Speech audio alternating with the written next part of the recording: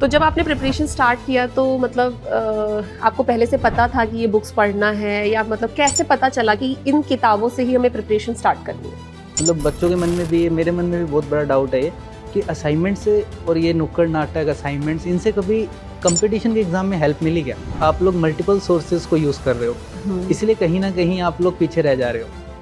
Hello, welcome you all to the PW nursing वाला। कैसे हैं सब? आई होप सब बढ़िया होंगे, मस्त होंगे और पढ़ाई कर रहे होंगे। आज इस वीडियो में हम जानने वाले हैं कि कैसे आपके मेंटोर्स ने, जिनसे आप पढ़ाई कर रहे हो, जिससे आप सब कुछ सीख रहे हो, उन्होंने अपनी नर्सिंग को कंप्लीट करने के बाद प्रिपरेशन स्टार्ट किया, और उनकी जर्नी के बारे में भी आप कह सकते हो कि आज इतने सारे एग्जाम को उन्होंने क्रैक किया है, उसका एक सीक्रेट राज क्या है।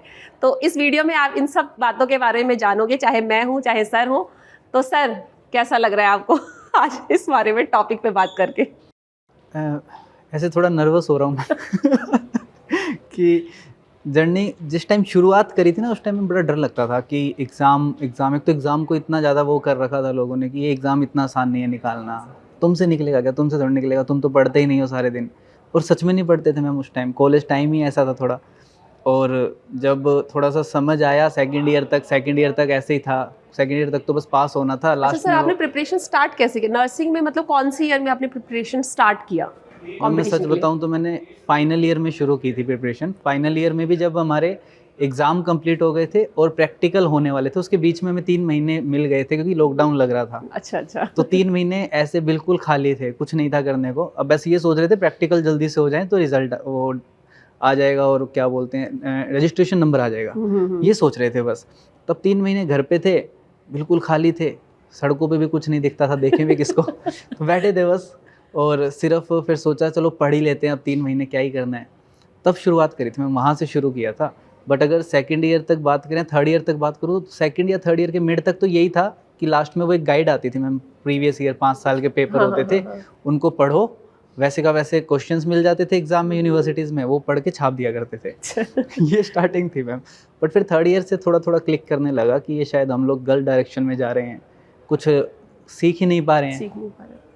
तो सर, जो प्रिपरेशन, जैसे आपने बोला कि आपने 3 महीने में प्रिपरेशन स्टार्ट किया, तो जब आपने प्रिपरेशन स्टार्ट किया तो मतलब आपको पहले से पता था कि ये बुक्स पढ़ना है, या मतलब कैसे पता चला कि इन किताबों से ही हमें प्रिपरेशन स्टार्ट करनी है? मैम ऐसा था कि मेरा सबसे पहला जो एम था जब मैं प्रिपरेशन शुरू कर रहा था, तो मैंने एक तो बुक्स रीडिंग्स पे बहुत ध्यान दिया था उस टाइम पे। उस टाइम कोई ऐसे कोचिंग वगैरह की ज़रूरत नहीं थी, कोचिंग वगैरह से कुछ ऐसा नहीं था, सिर्फ बुक्स रीडिंग पे ध्यान दिया।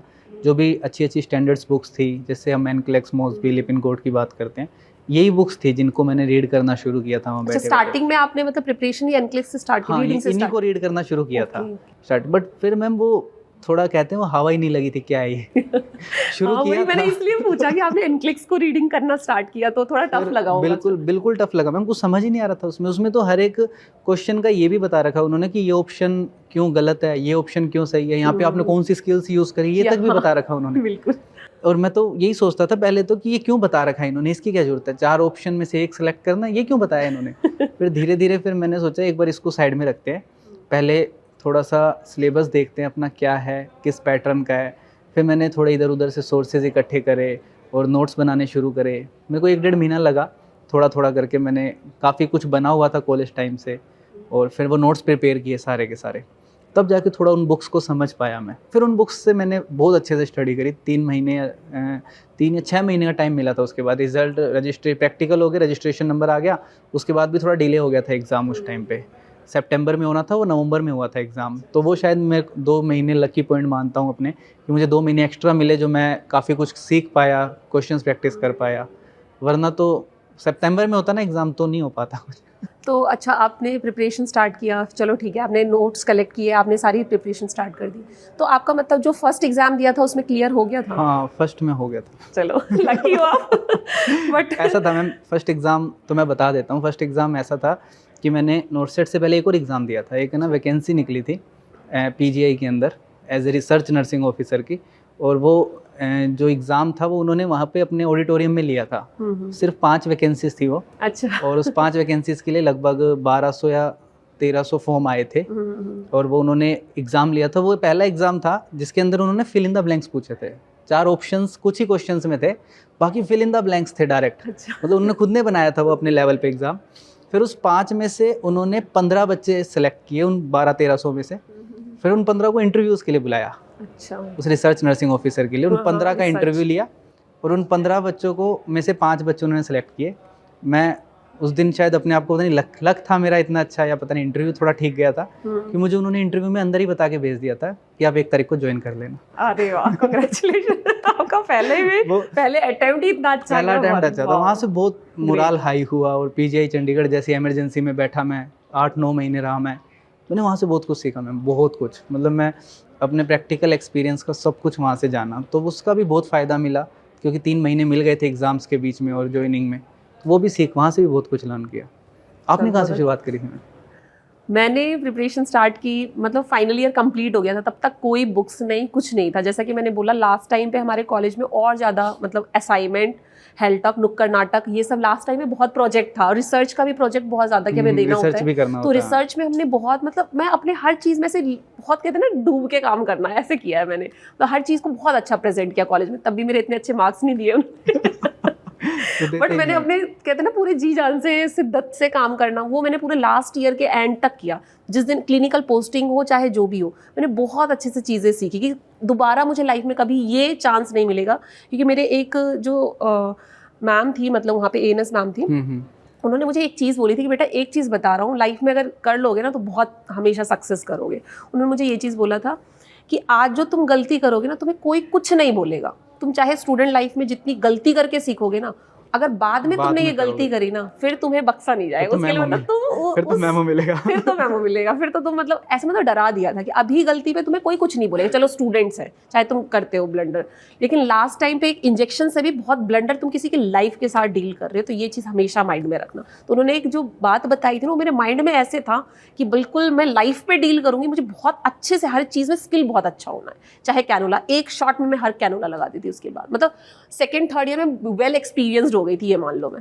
मैं एक बात पूछना चाहूँगा यहाँ पे, आपने असाइनमेंट्स की बात करी है, बच्चों को ये बताना, मतलब बच्चों के मन में भी, मेरे मन में भी बहुत बड़ा डाउट है ये कि असाइनमेंट से और ये नुक्कड़ नाटक असाइनमेंट्स, इनसे कभी कंपटीशन के एग्जाम में हेल्प मिली क्या?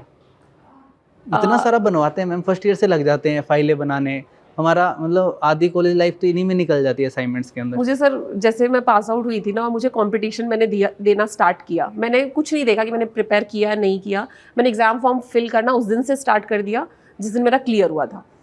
और मुझे कुछ नहीं, मेरे 100 में से पहला मुझे याद है मैंने GNCH दिया था यार, 28 मार्क्स आए थे। और मैं इतना, यार मैं मतलब इतनी जीरो हूँ, मैंने इतने अच्छे से 4 साल पढ़ाई की, मुझे कुछ नहीं आता और पेपर बहुत ईजी था। आप ये बताना चाह रहे हो असाइनमेंट की कोई मतलब उस टाइम पे ऐसा था कि कोई वैल्यू नहीं। मैंने कहा यार ये 4 साल इन्होंने मेरी ज़िंदगी के बर्बाद कर दिए बिल्कुल। मतलब गुस्सा आ रहा था उस टाइम कि मुझे कुछ नहीं आता। लेकिन मैंने इसीलिए बोला कि एकेडमिक डिफरेंट है कंपटीशन से। कंपटीशन, मुझे तब तक ये सब्जेक्ट की नॉलेज नहीं थी, जो चीज़ें आ रही थी हमने पढ़ा था, एग्ज़ाम दिया था बस, प्रैक्टिकल में चीज़ें एक्सपीरियंस से वैसे सीखा था। थ्योरेटिकल जो कंपटीशन लेवल था ना, वो नहीं था हमारा। तो मैम एक ऐसी भी दिक्कत लगती है मुझे, बच्चे ना बहुत ज़्यादा प्रैक्टिकल सीख लेते हैं, जैसे कॉलेज के बाद सीखते हैं, और उसके बाद वो थ्योरी के लिए कंपटीशन में बैठ जाते हैं, तो कहीं अपने बहुत सारी जगह प्रैक्टिसेस भी गलत है। मतलब अगर अपने प्रैक्टिकल्स की बात करें तो बहुत सारी जगह आइडियल प्रैक्टिसेस नहीं हो पाती, पॉसिबल नहीं है। और एग्जाम में जब क्वेश्चन आता है ना, तो हम उसके अकॉर्डिंग आंसर कर देते हैं जो हम कर रहे होते हैं। हाँ। उसमें भी बहुत सारी गलतियाँ होती हैं। मुझे याद है ऐसी गलतियाँ मैंने भी 2-3 जगह करी है। तो मैं वो सर इसलिए है कि जैसे मैं हॉस्पिटल में काम कर रही हूँ, मतलब जैसे कोलोस्टमी केयर वगैरह है, जो हम पेशेंट पे कर रहे हैं वो अलग है हॉस्पिटल में, और वहीं पे जो मेरा प्रैक्टिकल हुआ ना, जो एक्सटर्नल आए थे बाहर से, ट्रे प्रिपेयर किया, चीज़ें हम डिलीवर करें, वो टोटली डिफरेंट था। मतलब ट्रे में वो चीज़ें थी जब हमने कोलोस्टमी केयर में कभी यूज़ ही नहीं किया, वो सब ट्रे में रखना पड़ रहा था। तो मैं 3rd ईयर की बात बता रही, 4th ईयर की प्लेसेंटा एग्जामिनेशन आया था, प्लेसेंटल एग्जामिनेशन करना है। प्लेसेंटा की ट्रे में वो सारी चीज़ें रखी। आज तक कभी एग्जामिनेशन होता ही नहीं था हमारे यहाँ, तो प्लेसेंटा सीधा डब्बे में और वो एग्जामिनेशन जब आया, एक्सटर्नल आए, वो ऐसे ऐसे क्वेश्चंस पूछ रहे थे। मैंने कहा यार, मतलब ये सारी चीज़ें हैं, ये चीज़ें ये मैंने खुद ने पर्सनली फील किया है कि 1-2 जगह ट्रैकियोस्टोमी केयर, एंडोट्रैकियल ट्यूब का जो हम सक्शन करते हैं, ये हम जो कर रहे हैं जो प्रैक्टिसेस, और जो क्वेश्चन आ रहा है वो बिल्कुल अलग है। ठीक है, अभी रिसेंटली भी एक एग्ज़ाम में देखा था कि हम यहाँ पे क्रेकोइड प्रेशर लगाते हैं पेशेंट के, और जब एंडोट्रैकियल इंट्यूबेशन करते हैं तो उसका भी बच्चे बहुत सारे गलत मतलब निकाल के रखते हैं, क्यों लगाते हैं, अभी विजुअलाइजेशन हो जाए, अच्छे से दिख जाए अंदर से कि हमारा ट्रैकिया दिख जाए हमें, बट थ्योरेटिकल आप पढ़ोगे चीज़ें अलग है। इसलिए मैंने सर ये बोला था कि एकेडमी की चीज़ें सीखना ठीक है, लेकिन वो जो प्रैक्टिकल करवाते हैं ना हमसे, जो टीचर्स करवाते हैं, ट्रे प्रिपेयर करवाते हैं, और हम कॉलेज में अपने हॉल में जो हमारे डमी होते हैं उस पर जो चीज़ें हम करते हैं, तो उस जो प्रोसीजर की बुक है, जो ट्रे खुद से हमने बनाया, तो वहाँ से एक्चुअल में सीखते हैं कि नर्सिंग स्किल ये है। हॉस्पिटल में तो चलता है। हम कहीं से और डायरेक्शन में जा रहे हैं मैम, हम ये बता रहे थे बच्चों को हाँ, कैसे प्रिपेयर करना है हम लोगों को। हाँ, तो सर आप बता रहे थे कि आपने प्रिपरेशन किया, आपका तो फर्स्ट अटेम्प्ट में निकल गया था। मैं अपना बता देती हूँ बच्चों को कि मेरा फर्स्ट अटेम्प्ट में भाई नहीं निकला था। मेरे कंटिन्यूस में 10 to 15 एग्जाम्स थे, जिसमें से मैं एक में भी सेलेक्ट नहीं हुई थी। और उसमें इतना मोरल डाउन हुआ होगा उस टाइम, कैसे मोटिवेट रहे, उसका कोई राज? हाँ सर, उसका ये था कि मैं हर एग्जाम, पता नहीं क्या होता था, एक ना मतलब मेरे अंदर एंजाइटी लेवल बहुत हाई हो जाता। ऐसा नहीं था कि मुझे चीज़ें आ नहीं रही हैं, मैं एग्जाम हॉल से बाहर निकल के ना हर एक चीज़ का आंसर कर देती थी। जो बच्चे नहीं करते थे मैं खुद ही बताती थी किसका आंसर ये होगा, लेकिन एग्जाम हॉल में वो पता नहीं क्या प्रेशर था, मैं कंट्रोल नहीं कर पाती। मैं तो मेरे ऐसे होते थे कि पूरा गूज़बम्प टाइप हो रहा है, और मतलब मेरा गलत हो जाएगा तो आज कुछ मतलब अलग ही वो होता था। इस चक्कर में मेरे सारे गलत हो जाते थे। तो स्टार्टिंग में तो प्रिपरेशन की नहीं थी, जैसे मैंने बोला हॉस्पिटल ज्वाइन किया था मैंने, तो मैंने वहाँ प्रिपरेशन नहीं किया कॉलेज ख़त्म होने के बाद। फिर उसके बाद मैंने एक राजस्थान के मतलब ब्रदर थे, हमारे हॉस्पिटल के ही थे। मैंने उस दिन उनसे पूछा था, जिस दिन मेरा लास्ट कॉलेज का डे था, कि मैंने कहा, वो लोग न्यू ज्वाइनिंग करके आए ही थे उस टाइम में हॉस्पिटल में, नए नए ड्रेस में। मैंने कहा आपकी न्यू ज्वाइनिंग हुई है? तो उन्होंने बोला हाँ। मैंने कहा आपने कोई कोचिंग लेके कुछ तैयारी किया, ऐसे ही सेलेक्ट हो गए? मैंने सुना है बहुत इजी पेपर आता है। कह रहे नहीं नहीं, मैंने तो 4 साल मतलब जो कॉलेज हमारे राजस्थान में था, तो मैंने स्टार्टिंग में 2 साल तो मैंने कोचिंग में ऐसे। मैंने कहा आपने कोचिंग लेके फिर नर्सिंग के एग्जाम को क्लियर किया है, मतलब इतना कॉम्पिटिटिव? अरे हाँ हाँ, ऐसे उन्होंने बोला। मैंने कहा आपके पास कोई बुक, कोई गाइड जहाँ से तैयारी कर सके? तो उन्होंने मुझे बोला कि हाँ। उन्होंने मुझे अपनी बुक दी, जिसमें मुझे याद है कि एनक्लेक्स की फोटो कॉपीज थी उनके पास, जिसमें उन्होंने टिक कर रखा था, स्टार बना रखे थे। उनके पास एक और बुक थी कंपटीशन की, उस टाइम पे आती थी, प्रीति करके ऐसे आती थी, तो वो वाली बुक थी। मतलब 2-3 बुक उन्होंने मुझे दी, बोली मैंने इसी बुक को पढ़ के एग्जाम निकाला है, बस ये देख लो। और मैंने कोचिंग किया था, उसका नोट्स मुझे मेरे पास नहीं है, बट बुक यही मैंने फॉलो किया था। एनक्लेक्स तो बहुत इफेक्टिव बुक है मुझे लगता है इस एग्जाम के लिए। तो एनक्लेक्स बुक, लेकिन मैंने पढ़ा नहीं था वो, मैंने पलटा वो, मैंने कहा भाई ये तो नहीं समझ। हाँ, साइड में। फिर दूसरी एमसीक्यूज की बुक थी ना, वो मुझे समझ में आ रहा था, जब मैं टिक टिक कर रही थी तो आ रहा था, लेकिन ऑप्शंस लग रहे थे कि ये थोड़े सेम से हैं, पढ़ना पड़ेगा। उससे मुझे ये लगा कि थोड़ा पढ़ना पड़ेगा, मतलब ये हमने पढ़ा है कॉलेज में, लेकिन यहाँ जो क्वेश्चन पूछा है वो थोड़ा डिफरेंट है, तो मुझे इस टॉपिक में थोड़ा और जानना है ऐसे। फिर उन्होंने मुझे बोला कि, मैंने कहा ये राजस्थान के मैक्सिमम लोग सेलेक्ट होके आए थे उसमें, और सारे ब्रदर्स। मैंने कहा यार पूरा राजस्थान। और जब मैंने कॉलेज किया तो उस टाइम पूरा मतलब साउथ के बहुत सारे स्टाफ थे। मैंने कहा ये कैसे पलटवार हो गया कि मतलब पूरा राजस्थान आ गया। मैंने कहा तेरे राजस्थान में कोचिंग थी एक ऐसे।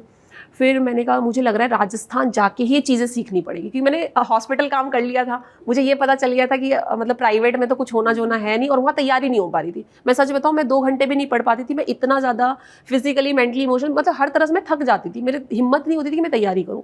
उसमें रहते रहते मैंने 4 एग्जाम दिए, चारों एग्जाम सेलेक्ट नहीं हुआ, प्राइवेट में रहते रहते नहीं हुआ। मैंने CRPF जैसे एग्जाम को भी वहाँ पे दिया, फिजिकल के सब कुछ क्लियर कर लिया था, वहाँ पे भी नहीं हुआ।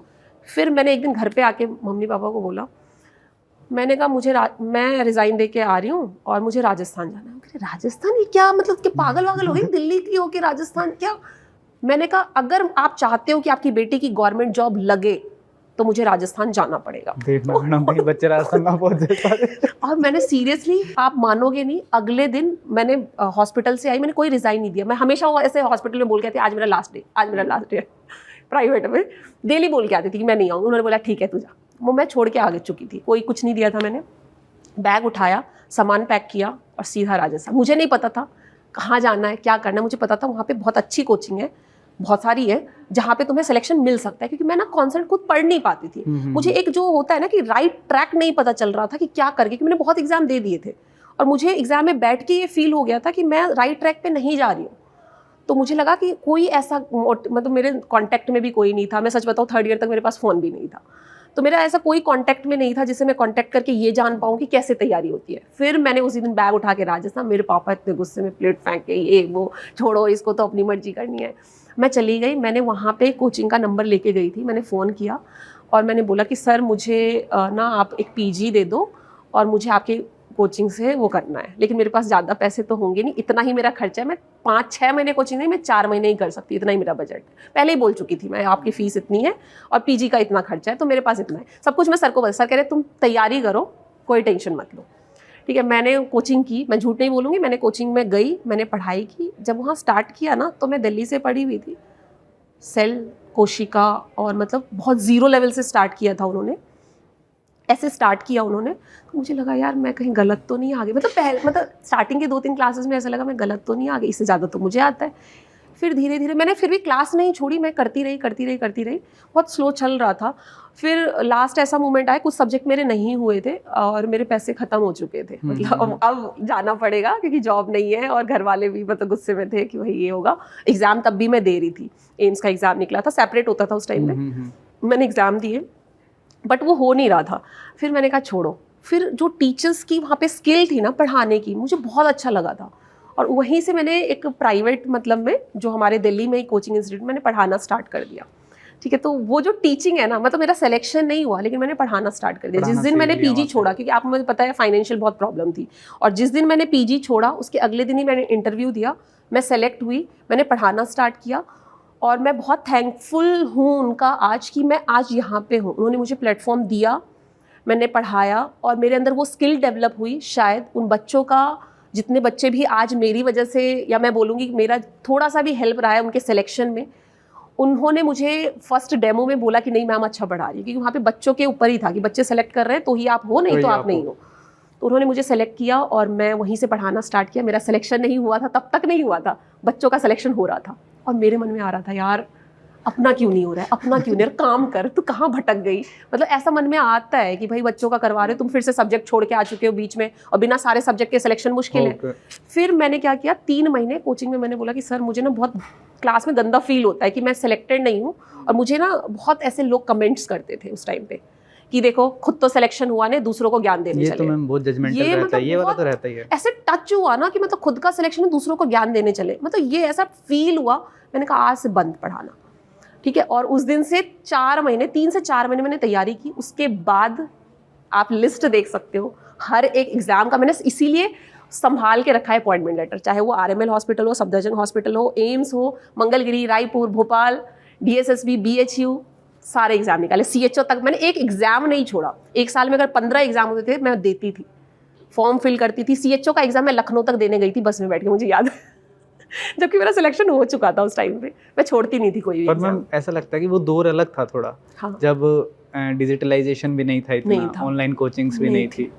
बट आजकल मुझे ऐसा लगता है कि बच्चों को बहुत ज़्यादा भागने की जरूरत नहीं है इधर उधर।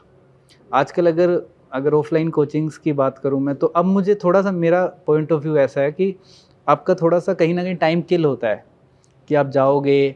सर एक चीज़ जो लैक है ना अभी के बच्चों में ऑनलाइन की वजह से, मुझे लगता है कि डिस्ट्रैक्शन बहुत ज़्यादा है। बच्चे एक चीज़ पे कंटिन्यू रह ही नहीं पाते। ये मैं कई बार अपने अभी इंटरव्यूज़ में भी मेंशन कर चुका हूँ बच्चों को कि आप लोग मल्टीपल सोर्सेज को यूज़ कर रहे हो, इसलिए कहीं ना कहीं आप लोग पीछे रह जा रहे हो। मैं बार बार एक ही चीज़ बोलता हूँ बच्चों कि आप, ऐसा नहीं है यहीं से पढ़ो वहीं से पढ़ो, आप जहाँ से भी पढ़ो पर एक जगह से पढ़ो। आप सिंगल सोर्स को यूज़ करो, सिंगल सोर्स के नोट्स बनाओ। अगर आप मल्टीपल सोर्सेज पे जाओगे ना, यहाँ भी चले गए, वहाँ भी चले गए, वहाँ के नोट्स भी छाप लिए कॉपी में, भाई खिचड़ी बन जाएगी, वो कॉपी पढ़ने का मन ही नहीं करेगा, कचरा हो जाएगा उस कॉपी का बिल्कुल।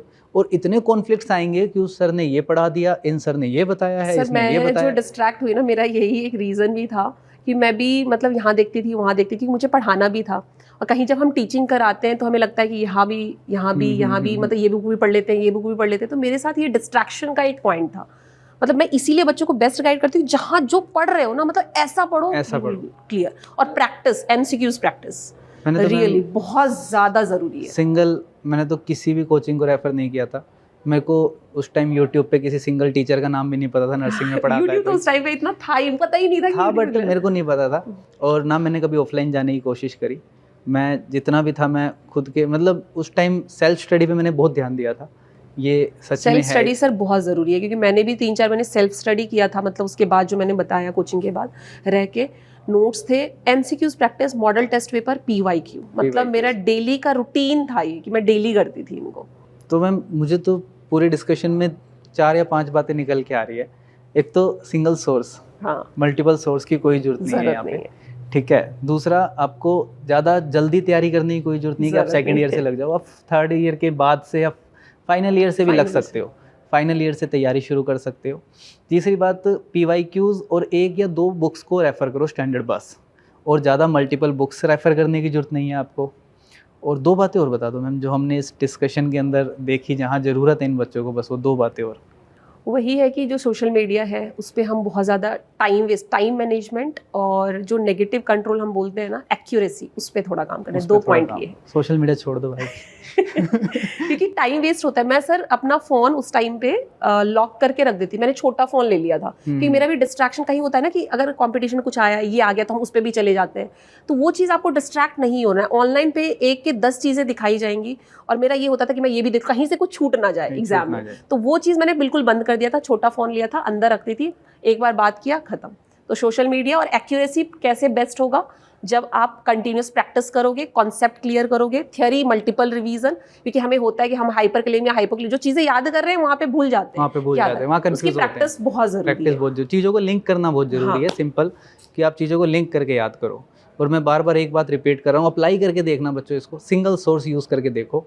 अगर आप मल्टीपल सोर्स यूज़ कर रहे हो अभी तक, और अगर एग्ज़ाम नहीं निकल पाया है, तो वही एक कारण है। और आपको अंदाज़ा भी हो जाएगा इस बात से कि हाँ, हम शायद कई जगह भटक रहे हैं, और उसके बाद एग्ज़ाम में बैठ रहे हैं, कॉन्फ्लिक्ट्स क्रिएट हो रहे हैं कि उस सर ने ये बताया था, उन सर ने ये बताया था।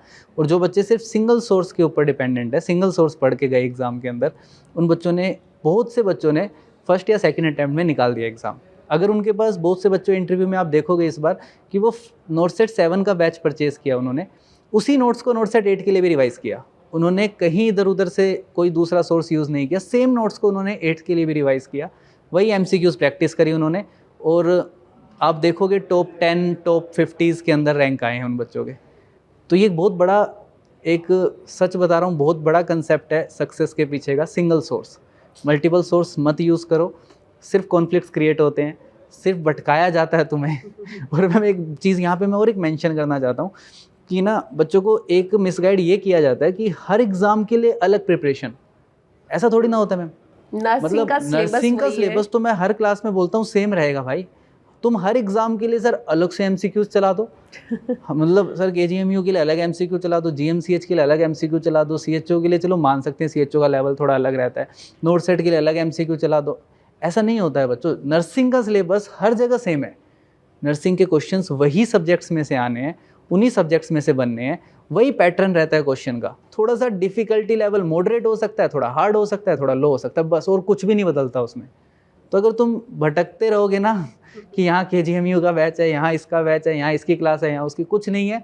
तुम एक काम करना, किसी दिन कोशिश करना खोजने की कि तुम KGMU वाले MCQs वाला बैच देखना एक बार खोल के, और फिर नोट सेट वाले क्वेश्चंस देखना खोल के। मुझे एक चीज़ लगता है कि हम बेस्ट एग्जाम्पल हैं, और इस वीडियो में जो हमने टारगेट लिया था कि जैसे मैंने इतने सारे एग्जाम फेलियर के बाद सक्सेस लिया, आपने फर्स्ट अटेम्प्ट में लिया है, तो मुझे लगता है उन दोनों से बहुत अच्छा एग्जाम्पल बच्चों के लिए गया है, एक बहुत अच्छा मैसेज गया है कि कैसे मेरा क्या रहा, क्यों मैं इतना फेलियर रही, आपने फर्स्ट अटेम्प्ट में किया। तो वो दोनों ही कंपेयर करके बच्चे बेस्ट मोटिवेट हो सकते हैं। उन्हें मतलब जो भी डाउट होगा, मुझे लगता है पूरा क्लियर हो गया होगा। आपने भी पूरी चीज़ें बताई, मैंने भी पूरा बताया कैसे प्रिपरेशन करना है। तो आप देख सकते हो कि दोनों में सेम चीज़ था, कि सेम ये था कि हमें कहीं ना, मैं भटकी, बहुत चीज़ें हुई, क्योंकि मैंने बोला मैं टीचिंग में गई, जो भी चीज़ें हुई, लेकिन एक पे फोकस रहना है, पढ़ाई करनी है कंटिन्यूटी के साथ, बीच में ब्रेक नहीं लेना है। अगर ब्रेक लोगे तो कुछ बच्चे ऐसे होते हैं 4 साल में भी सिलेक्शन नहीं होता, कुछ बच्चे ऐसे होते हैं कॉलेज से पास आउट होते ही सिलेक्शन हो जाते हैं एग्जाम पर। तो मतलब यही चीज़ मैं बोलना चाहूँगी कि आप इनसे थोड़ा मोटिवेट हो, जो भी चीज़ें आप गलती कर रहे हो वो मत करो, राइट ट्रैक पे रहो। मैं भटकी, मैंने राइट डायरेक्शन लिया, काम किया, सिलेक्शन हुआ, उसके बाद इतना हुआ कि वो, तो आप एक बार सेलेक्ट हो जाओगे, फिर सिलेक्शन नहीं रुके, फिर नहीं रुकता, फिर तुम्हें मोटिवेशन आ जाता है, मोटिवेशन आ जाता है। तो आई होप सो कि जो समझ आ गया चीज़ें होगा थी इनको। हमने क्लियर कर दिया। इस वीडियो का जो हमने टारगेट लिया था वो आपको पूरा मिल गया होगा, आपको सारी चीज़ें क्लियर हो गई होंगी कि हमें कहाँ से पढ़ना है, राइट ट्रैक पे चलना कितना ज़रूरी है, भटकना नहीं है। सर ने सारे पॉइंट्स बताए, मैंने सारे पॉइंट्स बताए, नोट करो, काम करो, पढ़ाई स्टार्ट करो। और वो एक और बात, छोटा फ़ोन ले लो, ठीक। Bye bye. Thank you so much, bye bye.